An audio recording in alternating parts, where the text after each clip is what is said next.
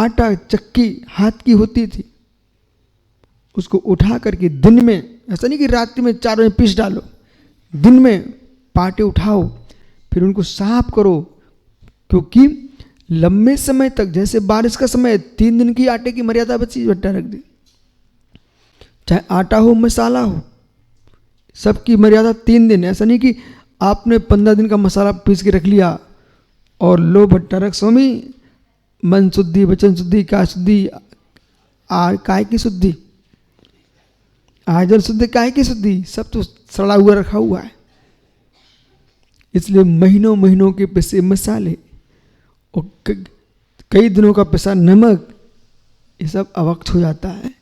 धन्नो जैन दर्शन, जहाँ लोग अज्ञानी अभागे मांस खा करके पुण्य बना रहे हैं, यहाँ तो जो निरामिष वस्तु है उसकी भी मर्यादा का ध्यान रख रहे हैं। यदि 1 दिन 3 दिन से अधिक 1 घंटा भी हो गया, 1 मिनट भी हो गया, वो पूरा का पूरा आटा अवक्ष हो चुका है।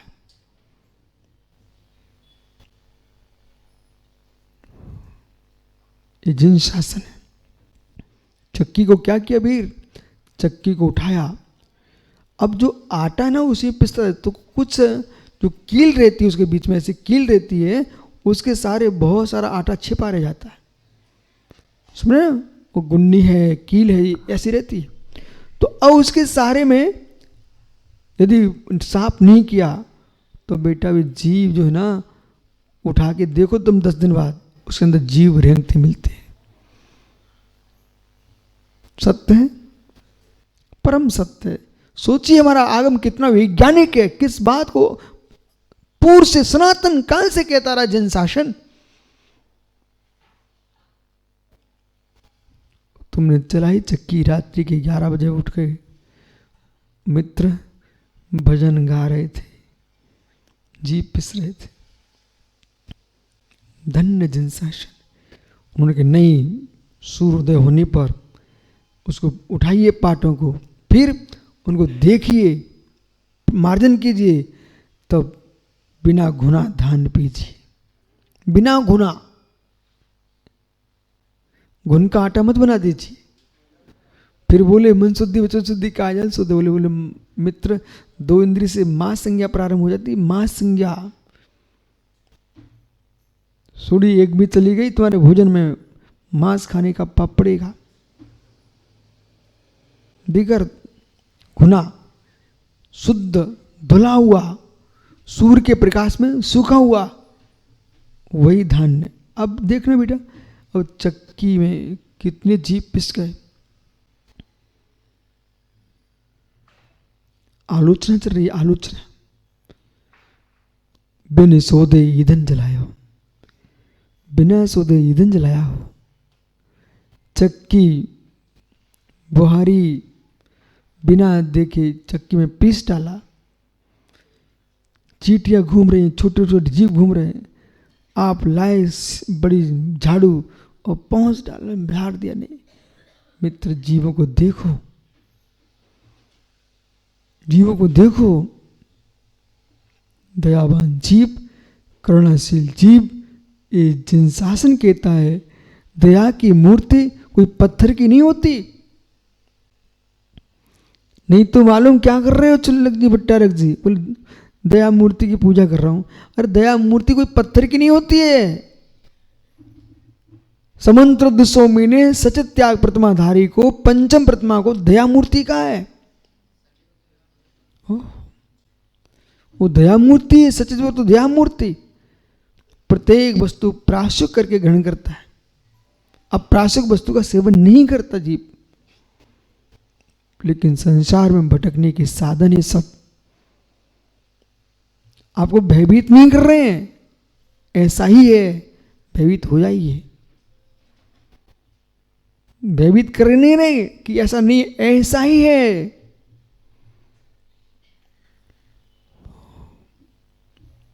जीव ने काल परिवर्तन किया है, कितने काल निकाल दिए, कितने काल निकाल दिए, काल के गाल में चले गए, फिर भी सुकाल को नहीं समझ पाए, सुकाल को नहीं समझ पाए।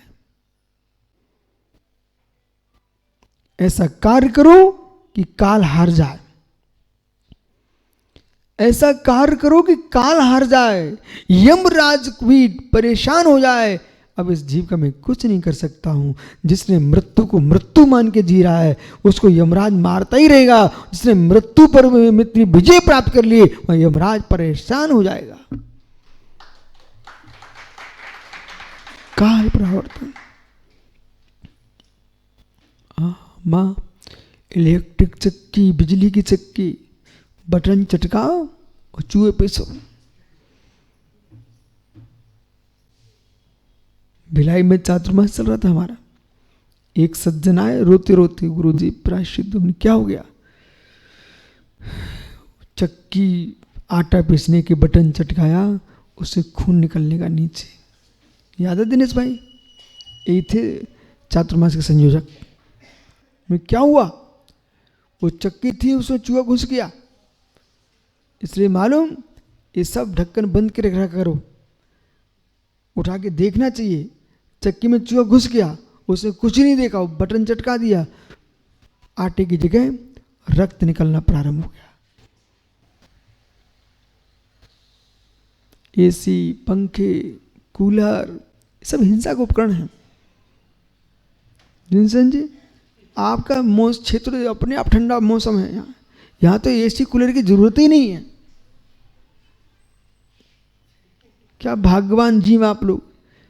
गर्मी में महसूस नहीं हुई, मैंने पूरे गर्मी ही रहा हूँ, कोई गर्मी नहीं, पूरे क्षेत्र में मैं घूमता रहा। कोई गर्मी में गर्मी नहीं होती है, ठंडी में ठंडी भी नहीं होती है। साधना के लिए बहुत सुंदर स्थान है। तो बारिश हो रही तो उसमें कौन तुम घूम रहे हो? बारिश में कमरे में बैठे हो। इसलिए बारिश का परेशानी, मतलब बारिश नहीं होना तो खाने को नहीं मिलेगा। मेघों से जीवन चलता विश्व का। कुरल काव्य में मेघ महिमा लिखी, मेघ महिमा। साधु संत महात्मा राजा प्रजा सबका पालन करता है मेघ। इसलिए आचार्य विराग सागर ने जल बिंदु काव्य लिखा, देखा आपने? मेघ और मिट्टी, मेघ और मिट्टी। एक आचार्य लिख रहे मुख माटी, एक लिख गए जल बिंदु। मालूम? ओह, जल बिंदु बोले माटी तभी फूलेगी जब जल बिंदु होगी। घट कब बनेगा? जब पानी गिरेगा। मतलब तो जल बिंदु के बिना मिट्टी गीली नहीं होती है, और मिट्टी के बिना पानी क्या करेगा? खेती तब होगी जब मिट्टी होगी। इसलिए मित्र, यही वस्तु का वस्तुत्व है। ये समझना चाहिए आप सबको। मेघ महिमा, कुरल काव्य में मेघ महिमा एक अधिकार है। मेघ महिमा सब तपस्वियों का ही दर्शन हो रहा है तो मेघों की महिमा से हो रहा है। साधना कर रहे तो मेघों की महिमा से कर रहे हो। मित्र, आप ही कह रहे थे गुरु जी पिछले वर्ष पानी नहीं गिरा, लोग तरस गए थे। आज इस क्षेत्र के किसान भी मुस्कुरा रहे हैं, अच्छे महाराज जी आए। मेघ महिमा। मित्र, सागर में, यहाँ का पानी तो सागर में जाता है, फिर वहां से बाष्पित होता है, फिर बरसने लगता है। जगत में कोई वस्तु नहीं है ही नहीं है। इन बड़ौद वालों से पूछो कैसे वहां गर्मी पड़ रही है। यहीं रहो बेटा, यहाँ बहुत ठंडक है। जितने लोग आ रहे हैं ना उत्तर प्रदेश से, सब मुस्कुरा रहे। राजस्थान वाले बोले यहाँ बहुत अच्छा लग रहा है। यानी काल प्रावर्तन। कितने गर्मी के मौसम निकाले, कितने ठंडी के मौसम निकाले, सारे मौसम निकाले हैं। हे मित्र, ये जीव उस अपनी अस्पणी काल में भटकता रहा, काल प्रावर्तन है। भाव, भाव और भाव। सुनिए, लब्धि सार, छपड़ा सार, ये दो ग्रंथ हैं। लोग पानी की बूंदों को गिनते हैं, दीप समुद्र को गिनते हैं, पर जिन शासन जयवंत हो, जितने द्वीप समुद्रों को कोई विश्व की सरकारें नहीं गिन पाई आज तक। असंख्यात द्वीप हैं, असंख्यात समुद्र, समझ रहे कि नहीं? असंख्यात द्वीप, असंख्यात समय। और काल प्रवर्तन तो इतना विशाल था। बालक ओ सर्पणी अस्पणी, ये कोई छोटे मोटे समय नहीं है। सागरों सागरों निकल जाते हैं, सागरों सागर। वो सागर क्या है बेटा? भव्य 1-2 हजार कोस का गड्ढा खोदी और उसके अंदर उत्तम भूमि मेढ़े के बच्चे के बाल का इतना बारीक होता है, इतना बारीक होता है कि मित्र मध्यम भूमि के 8 बाल होंगे तो वो जगम भूमि का 1 बाल होगा। और उसके 8 होंगे तो उसका 1 होगा। ऐसे सोचिए आप, कितना बारीक बाल। ऐसे बालों के टुकड़े कीजिए और उस टुकड़े करके वो गड्ढे को भर दीजिए। चक्रवर्ती की सेना के कटक के द्वारा उसका रुंधन कराइए, एक भी बाल रखने को स्थान ना बचे। ऐसा ठूस ठूस के ठसा ठस भर दो। 100 वर्ष में उसमें से 1 बाल निकालो। जितने समय में उस गड्ढा खाली हो जाएगा तब जिनसेन जी क्या होगा? तब एक विभार पल होगा बेटा। ऐसे असंख्यात विभार पल्लों का एक उद्धार पल होगा, असंख्य उद्धार पल्लों का एक अद्धा पल होगा। ओहो, ऐसे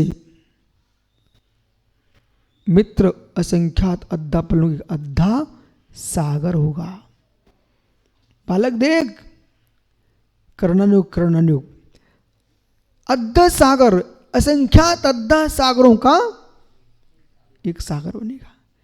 अब सोचिए आप, ऐसे सागर की परिभाषा बना रहे हैं। एक नरक के, प्रथम नरक के नारकी की आयु उत्कृष्ट 1 सागर है। 7 नरक की नारकी की आयु 33 सागर है। सुनो भी, सुनते जाइए। पंचपरावर्तन, पंचपरावर्तन ऐसे सागरों की आयु को, जैसे किसी जीव ने, अब भव परावर्तन की बात कर रहे हैं, किसी जीव ने भव परावर्तन को प्राप्त किया है और एक जीव ने जघन्य आयु मनुष्य की त्रियंच की 1 मुहूर्त, ठीक है, 1 मुहूर्त में, अब क्रम से चलना बेटा, 1 मुहूर्त में जितने समय होंगे उतनी बार एक मुहूर्त की आयु पूरी करेगा क्रम से। और इधर उधर हो गया तो गया काम से,